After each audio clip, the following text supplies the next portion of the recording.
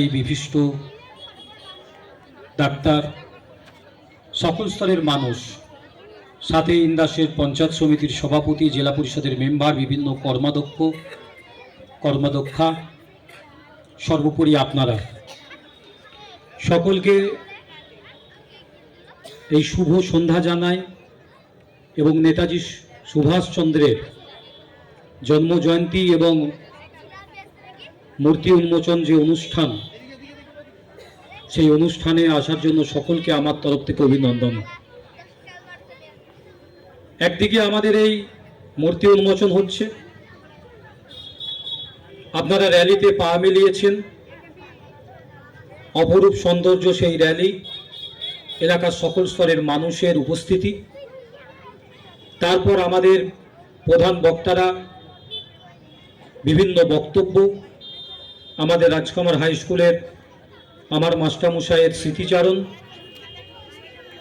একটু আগে আমাদের এলাকার বিশিষ্ট শিক্ষিকা স্নিগ্ধ সরকার মহাশয়ার আবৃত্তি, সঞ্চালনার কাছ থেকে বিভিন্ন কথাবার্তা, অসীম গুপ্তের মহাশয়ের কাছে আমরা গান শুনলাম। সব মিলিয়ে প্রথম পর্বের অনুষ্ঠান এক উৎসবের আকারে পরিণত হয়েছে। আর একদিকে আমাদের বাগদেবীর আরাধনা চলছে। কারণ আমরা মূর্তি স্থাপন করার প্রাক্কালে আমরা জানতে পেরেছি যে এবছর আমাদের এই 23শে জানুয়ারি সরস্বতী পূজা আছে, কিন্তু এই ডেটটা তো আর চেঞ্জ করার কোনো জায়গা নেই।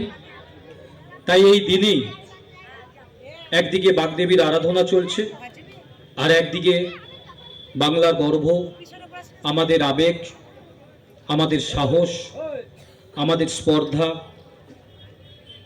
আমাদের প্রাণের মানুষ, দেশনায়ক, বীর পুরুষ নেতাজি সুভাষচন্দ্রের জন্মদিন আমরা হাজির হয়েছি। এই নেতাজির নামটা বললেই ভিতরটা যেন কেমন মোচড় দিয়ে ওঠে। নেতাজির নামটা বললেই যেন একটা আবেগঘন পরিবেশ তৈরি হয়। পৃথিবীতে এমন কোনো মানুষ নেই যার নামে এই শিহরণ জাগে আমাদের মধ্যে। নেতাজি মানেই আবেগ, নেতাজি মানেই আত্মত্যাগ, নেতাজি মানেই লড়াই, নেতাজি মানেই সংগ্রাম। আমরা যখন শরৎচন্দ্র চট্টোপাধ্যায়ের পথের দাবি পড়ি, শরৎচন্দ্র চট্টোপাধ্যায়ের সেই পথের দাবিতে যে সব্যসাচীর চরিত্র, যার 10 ইন্দ্রিয় নাকি সমান গতিতে চলত, সেই সব্যসাচী যখন পড়েছি, বাচ্চাবেলা থেকে কেউ বলে দেয়নি যেন নিজেকে মনে হতো শরৎচন্দ্র চট্টোপাধ্যায় যেন অবিকল নেতাজি সুভাষচন্দ্রকে তুলে ধরেছে। আমরা কাজী নজরুল ইসলামের যখন বিদ্রোহী কবিতা পড়ি, তখন মনে হয় না শুধু কয়েকটা ছন্দের মধ্য দিয়ে আমাদের আবেগ ঘন পরিবেশ, আমাদের আবেগকে জাগ্রত করার জন্য কাজী নজরুল ইসলাম কয়েকটা শব্দকে একত্রিত করেছে। যেন আমাদের মনে হয় এই বিদ্রোহী কবিতা শুধুমাত্র নেতাজি সুভাষচন্দ্রের জন্য। এই বিদ্রোহী কবিতাটার প্রত্যেকটা শব্দ, প্রত্যেকটা ভাষা, প্রত্যেকটা আবেগের সুর, বজ্র কণ্ঠের সুর নেতাজি ছাড়া আর কারোর সাথে আমরা মেলাতে পারি না। তাই বাঁধের পাড়ের বাজার সহ এলাকার সকল স্তরের মানুষ দীর্ঘদিনের ঐকান্তিক প্রচেষ্টা, দীর্ঘদিনের আবদার, দীর্ঘদিনের দাবি, আমরা আজকের এই শুভ দিন আমরা উদযাপন করতে পেরে আমি নিজেকে ধন্য মনে করছি এলাকার সকল স্তরের মানুষের কাছে। আমরা প্রতি বছর চেষ্টা করব এলাকার সকল স্তরের মানুষকে নিয়ে এই দিনটি উদযাপন করতে আসা। কারণ দেখুন, এই সরস্বতী পুজোর সাথে আজকে যেমন চলছে, হয়তো এবারের অনুষ্ঠান আরও ভালো করে করা যেত। এই সরস্বতী পূজার সাথে নেতাজির কয়েকটি কাহিনী আমরা বিভিন্ন সময় শুনে এসেছি। নেতাজিকে 1922 সাল থেকে 42-43 সাল পর্যন্ত 11 বার অ্যারেস্ট করা হয়েছে, ব্রিটিশরা অ্যারেস্ট করেছেন। তো একটা সময় নেতাজি যখন 100 বছর আগে, আজ 2026, 100 বছর আগে নেতাজি সুভাষচন্দ্র সেই সময় জেলে ছিলেন। আর সরস্বতী পূজা, তিনি হঠাৎ করে সিদ্ধান্ত নিলেন জেলের ভিতরে যারা সেই সময় আসামি রূপে রয়েছেন তাদেরকে নিয়ে, যারা স্বদেশী আন্দোলন করতে গিয়ে যারা অ্যারেস্ট হয়েছেন তাদেরকে সকলকে নিয়ে তিনি ঠিক করলেন সরস্বতী পূজা করবেন। জেলার পারমিশন দেয় না, সেখানেও আন্দোলন। নেতাজি মানি, শুরুতে বললাম আন্দোলন। অনশনে বসলেন যে বাগদেবীর আরাধনা করতে না দিলে আমরা খাদ্য গ্রহণ করব না। অবশেষে অনুমতি এলো, অর্থ এলো, সরস্বতী পূজা হলো।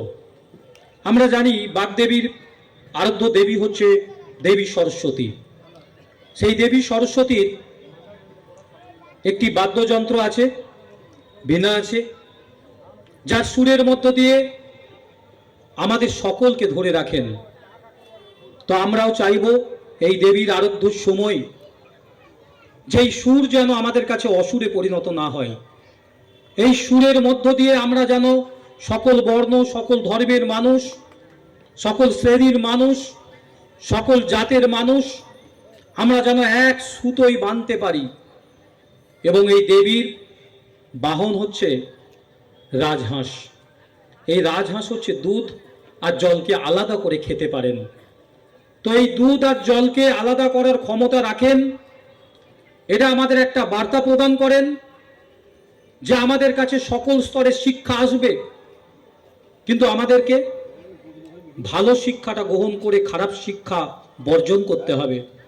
তাই আজকে নেতাজির জন্মদিনে আমরা বাঙালি, আমরা ভারতীয়, আমরা সকলে একত্রিত হয়ে প্রতিজ্ঞবদ্ধ হব। যারা বিচ্ছিন্নতাবাদী, যারা বিদ্বেষমূলক বার্তার মধ্য দিয়ে আমাদের মধ্যে প্রাচীর তুলতে চাইছে, সেই সমস্ত আদর্শ আমরা গ্রহণ করব না। আমাদের কাছে অষ্টাদশ ঊনবিংশ শতাব্দীর মহাপুরুষ যারা রয়েছেন, নেতাজি সহ, স্বামীজি সহ, রামকৃষ্ণ পরমহংসদেব, রাজা রামমোহন রায় থেকে বিদ্যাসাগর, রবীন্দ্র নজরুল, তাদের আদর্শ করে পাথেয় করে আমরা এগিয়ে যাব, আমরা একত্রিত করব। নেতাজি বারবার বলতেন আমাদের একটাই পরিচয় হোক, একটাই পরিচয় হোক, আমরা ভারতীয়। তাই তিনি কোনো ধর্মীয় স্লোগানকে তার স্লোগান রূপে ব্যাখ্যা করেননি, স্লোগান তৈরি করেননি। তিনি জয় হিন্দ বলেছিলেন। যেখানে হিন্দু নেই, মুসলিম নেই, খ্রিস্টান নেই, কোনো জাত ধর্ম বিদ্বেষ নেই, জয় হিন্দ আমাদের সকলের স্লোগান। যে জয় হিন্দ স্লোগানের মধ্য দিয়ে শুধু বাংলা নয়, শুধু ভারতবর্ষ নয়, গোটা পৃথিবীকে তোলপাড় করেছিল। যখন আজাদ হিন্দ ফৌজ তৈরি হয়, সেখানে নেতাজি সুভাষচন্দ্র যখন বক্তৃতা রাখছিলেন, আমরা সেই বক্তৃতা আজকে হয়তো অনুভব করতে পারবো না। তিনি বক্তৃতা রাখতে গিয়ে বললেন, আপনারা যারা যুদ্ধে এগিয়ে যাচ্ছেন, আমি জানি না আপনারা কজন বাঁচবেন বা বাঁচবেন কি না। আমি আপনাদের জন্য কিচ্ছু দিতে পারবো না, শুধু দিতে পারবো ক্ষুধা,